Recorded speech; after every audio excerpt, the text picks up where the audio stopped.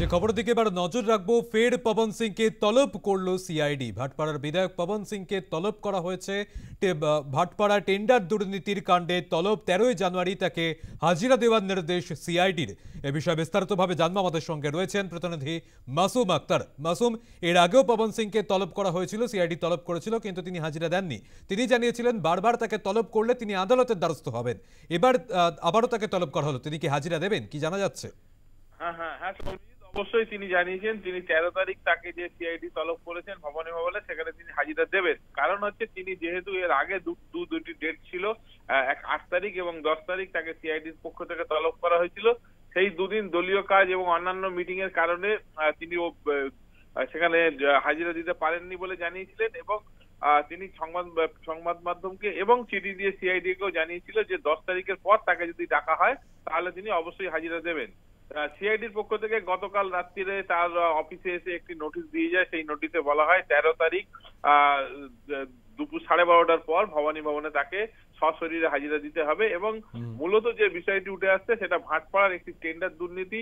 সেই টেন্ডার দুর্নীতির তদন্ত প্রথম ব্যারাকপুরে ডিডি করছিল। সেই ডিডি দুবার এই পবন সিংকে ডেকে জিজ্ঞাসাবাদ করেছে, তারপর এই কেসটি সিআইডির হাতে যায়। এখন সিআইডি সেই কেসেই এই পবন সিংকে ডেকে জিজ্ঞাসাবাদ করতে চায়। তবে পবন সিং যেটা জানিয়েছে যে এই টেন্ডার দুর্নীতি নয়, এই টেন্ডারটি হওয়ার পর যে কোম্পানি টেন্ডার পেয়েছিল সেই কোম্পানির তিনি একজন স্লিপিং পার্টনার ছিলেন এবং এই কোম্পানির সঠিক টাইমে যে কাজ হাতে নিয়েছিল সেটা কমপ্লিট করতে পারেনি, তাই জন্য কোম্পানি চিঠি দিয়ে জানিয়েছিল।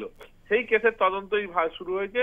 যেহেতু পবন সিং সেই সময় দেশের বাইরে ছিল বলে তিনি জানিয়েছেন, যদিও তিনি সব রকম তদন্তে সহযোগিতা করবে, তবে বারংবার তাকে এবং তার বাবাকে চিঠি দিয়ে কখনো সিআইডি বা কখনো ডিডি ব্যারাকপুরে ডেকে পাঠিয়ে তাদেরকে হেনস্থা করছে বলে এই অভিযোগ কিন্তু তিনি তুলেছেন এবং তার বাবাও কিন্তু একই অভিযোগ করেছিলেন।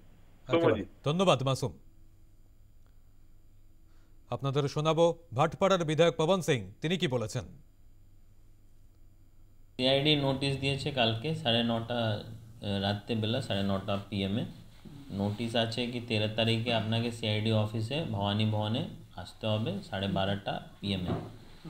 নোটিশ ব্যাপার আছে কি আপনার 2020-তে 28 জুলাইকে একটা কেস হয়েছে একটা কোম্পানি উপরে। কোম্পানি টেন্ডার নিয়েছে মিউনিসিপ্যালিটি থেকে।